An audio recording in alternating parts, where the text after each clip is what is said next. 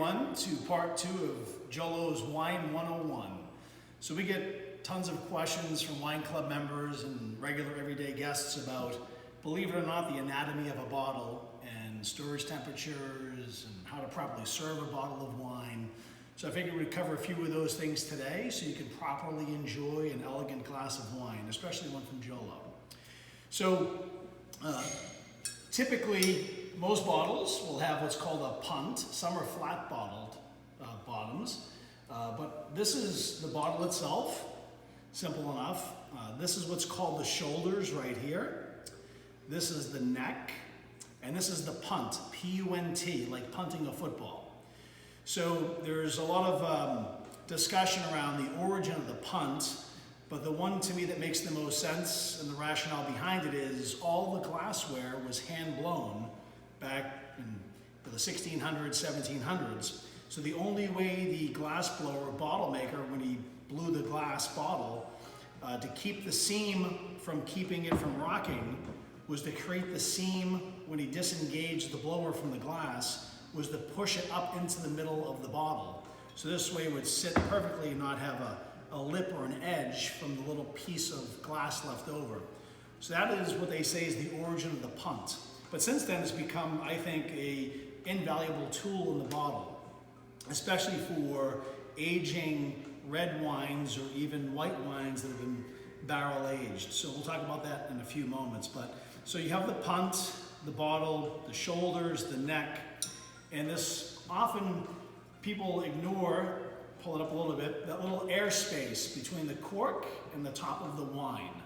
That is called ullage, which is also what we call the headspace in a barrel, especially if you're doing port or sherry. That airspace is called ullage. So now you know the anatomy of a bottle prior to enjoying a gorgeous glass of wine, which I think it makes a more romantic experience when you have the knowledge backdrop of how every bottle of wine is constructed.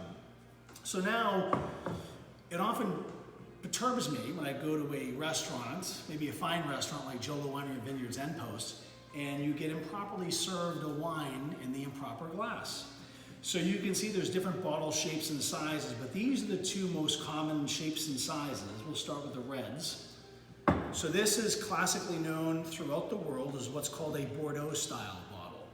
So this is what they primarily use in Bordeaux for the red blends. So Bordeaux does Cabernet Sauvignon, Cabernet Franc, Merlot, Petit Verdot, Carmenere, to a lesser extent. And this is what's called a Burgundy bottle. So Burgundy, France is well known for its Pinot Noir and its Chardonnay.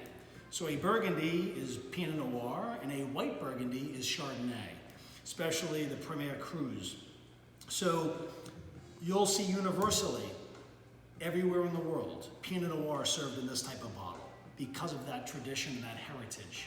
So the Cabernet Sauvignon, which is one of the components of the 5 or 6 varietals grown in Bordeaux, are always in this bottle. You'll notice a Merlot is in this bottle.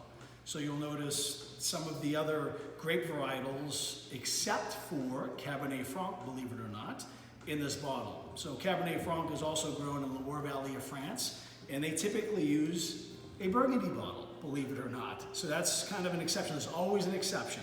But by and large, if you see a bottle shaped like this, you can assume it's a red wine blend with Bordeaux varietals, or it's Cabernet Sauvignon or Merlot, things of that nature. So the bottle shape, if the winemaking process or the company itself is traditional, they will use the traditional shaped bottles for each of those varietals.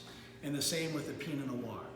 So you'll notice there's 2 different shapes of glasses. So you can tell that this glass turned upside down has the same shoulder structure as the bottle. So this would tell you that this shaped bottle, or this shaped glass, pardon me, would be best suited for Cabernet Sauvignons, Merlots, things like that that are Bordeaux varietals. Big, rich blends. The softer shoulders, the more feminine shoulder of, let's say, the Pinot Noir, Burgundy, which you can see here, a white Burgundy style, which is a Chardonnay or oak-aged white. Same style, soft shoulders. So this would be the appropriate glass for this style of wine. Oak-aged Chardonnays or Pinot Noirs, Burgundy, which is Pinot Noir, or Chardonnay if it's a white. So it makes the tasting experience, and Riedel has done all kinds of studies for 200 plus years on the aromatic impartation that's different in styles of glasses. If you tried this wine here in this glass and this glass, blindfolded, you would think they were two different types of wines. Try it at home, it's actually a fun experiment, as long as you have something to eat.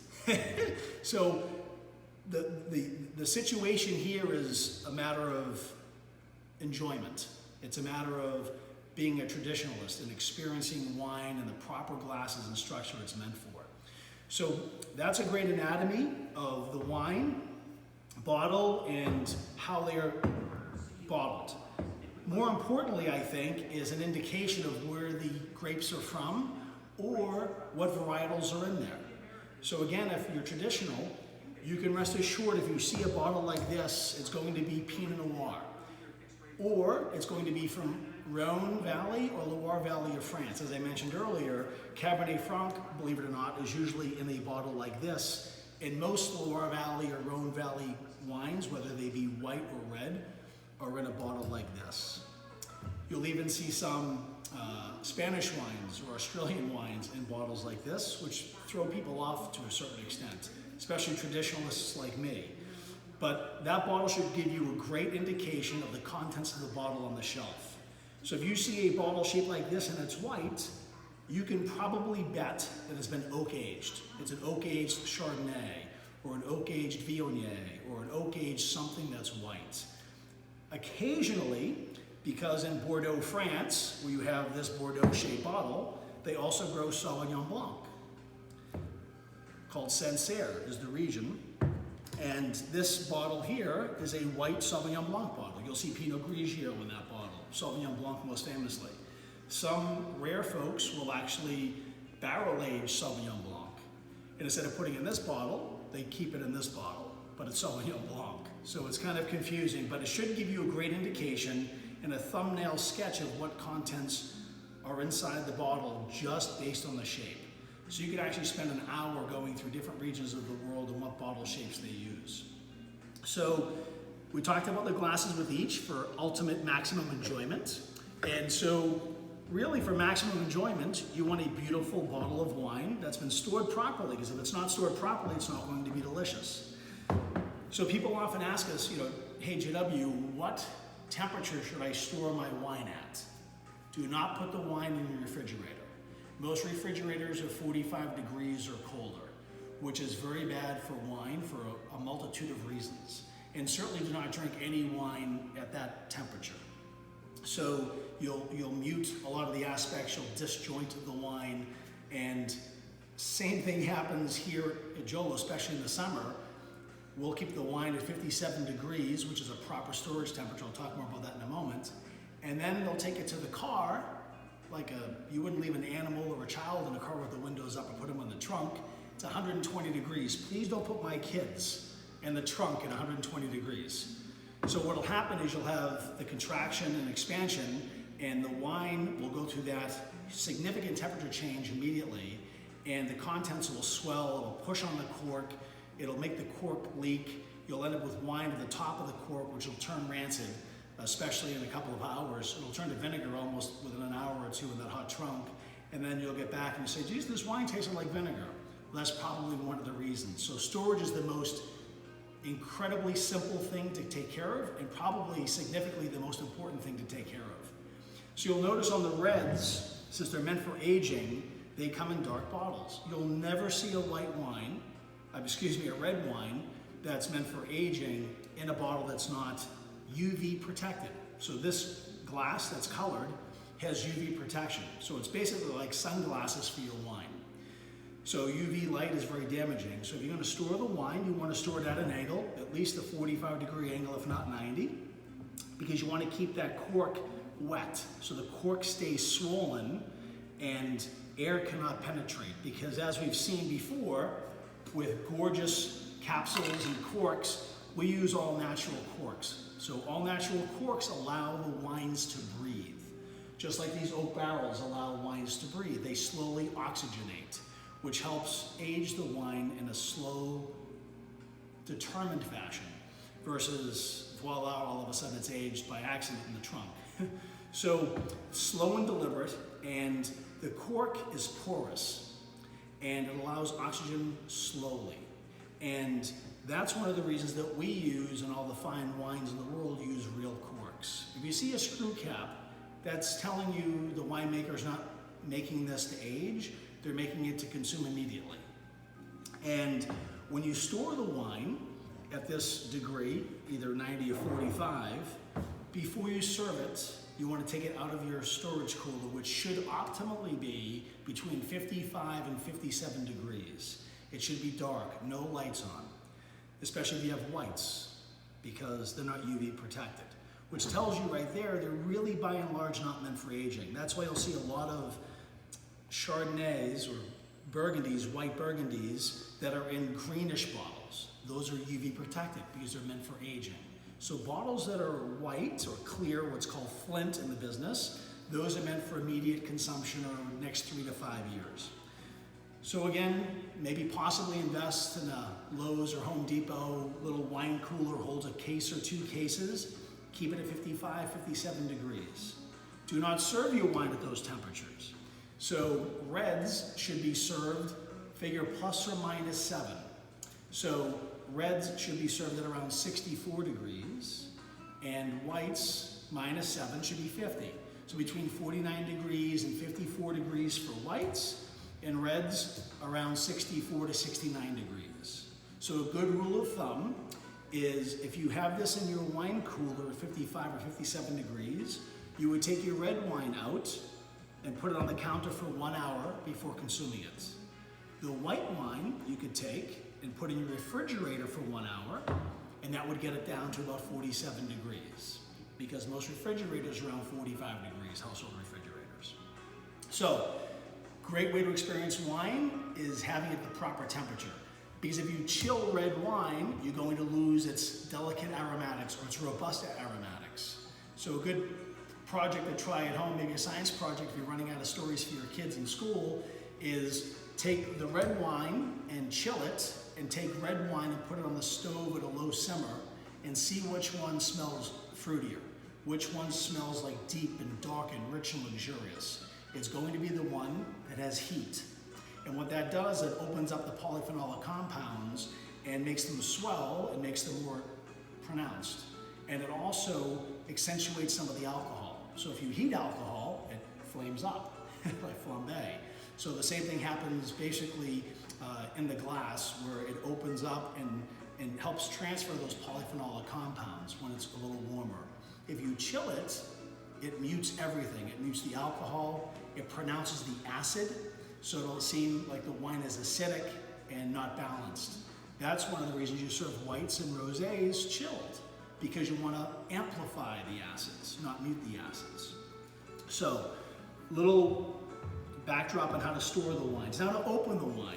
So you saw me in a hurry pull this capsule off.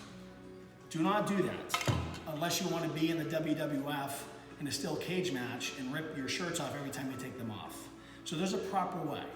You want to invest in what's called a wine key. It's also called in the business a waiter's friend. I prefer the one with the hinge here. It has a little hinge to it.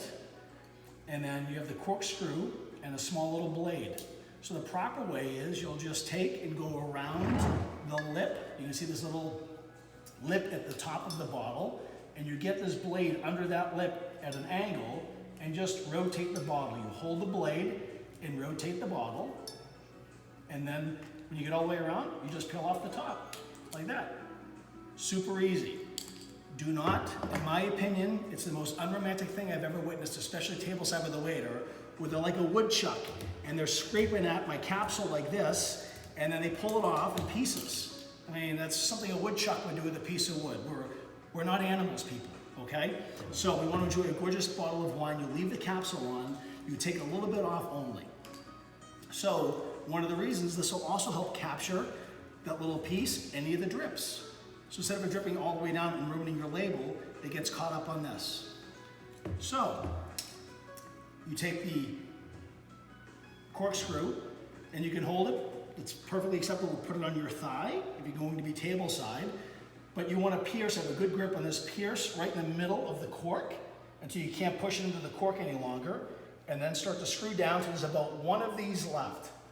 One screw's left, and then you bend in with your finger right here, and then pull up, and then you can use the rest of the hinge to elevate it one more step, and that's the sound of romance, not a screw cap. So the perfect way to pour is always facing the label to your guests so they can see the gorgeous wine they're about to receive in the proper glass. And slowly pour, and you should never pour in more than 3 ounces. Slowly so you can hear that gorgeousness. Slight turn and up so there's no drips. Or if you want to be super fancy, you can hold it from the punt like that and really freak everybody out of the table. Voila. So people say, when should I decant my wine as the last step? So this cradle decanter with this candle here is meant to, if you're storing it properly, as I mentioned before, like this, you're going to have a lot of sediment as it ages. Tartaric crystals, which we did in 101. You're going to have sediment besides tartaric crystals. You'll have solids from grapes, stems, seeds, just the solids of grapes themselves getting precipitated out over time. So what you'll do is you'll open the bottle just like that. You'll put it in here gently because you don't want to stir it. So if I were having a dinner party with a gorgeous bottle of wine I've been aging, I would take it out of the cellar that was like this a day or two before and stand it up. So this way, all the sediment has a chance to get to the bottom and hit the middle of that punt, and then it'll fall and go into these little cracks and crevices. And then, after you've done that, you gently put it into this cradle. You can put the decanter here, light this candle, or use your iPhone if you don't have one, turn it upside down, and then slowly crank down, slowly. And what you'll see is you're decanting the wine not to provide oxygen to the wine, because an older wine has already been oxygenated slowly over the course of its life being properly stored. What you're doing is removing sediments. And you'll just gently pour it this way. And again, this is all being illuminated by the candle or your iPhone. And if I can stop making a mess here, don't do this on your tablecloth. Hello, this wood table is a little uneven. So there you go. And then when you see the sediment is when you stop, so you don't get chunks in your glass. And those chunks just mean it's a beautiful wine that's living and breathing and aging gracefully like us as humans. And that's a beautiful way to decant your wine. I also decant, not so elegantly, newer wines because they haven't had a lot of air and they're a little what's called tightly wound. And they might have a lot of sulfites still in the winemaking process. So one of the great ways to alleviate or reduce the sulfites and what mutes the nose of the wine is to decant it. And then once you get it decanted, like this, just give it some good air like that without making a mess. Air like that, and then you can pour it. And then lastly, so I need time to clean up my mess. So, wax tops. We wax top a few of our bottles. And there's plenty of very fancy wines on the market, especially ports and some high-end reds that come with a wax top. We've even seen some beautiful Chardonnays with wax tops. So the way to do this is not to hack at it and chip at it like a lumberjack, but it's to just simply ignore the wax. Pretend the wax isn't there. Pretend the bottle looks just like this. You've removed the capsule. Pretend it's ready to be corked or uncorked. So I'm going to have the wax here. I'm just going to kind of warm it up a little bit like this so I don't have this corkscrew slip as I go in and have it hit my hand. The night in the emergency room is not how you want to spend the evening. So I'm just going to do this just to get it a little warm. So this will kind of go right in easily like this. I've just pierced the wax. I'm turning it the same way as before. Get down there to that one. If you go halfway, the cork's going to break in half inside the bottle, which is no fun. And just break the seal. How easy was that? I'm going to turn it one more time just to be sure I have a good grip now. And then there it is. That simply and easily. And pour in the proper glass, our Carolus 12 red wine. And now you all know how to properly enjoy a gorgeous bottle of Jolo wine. Cheers.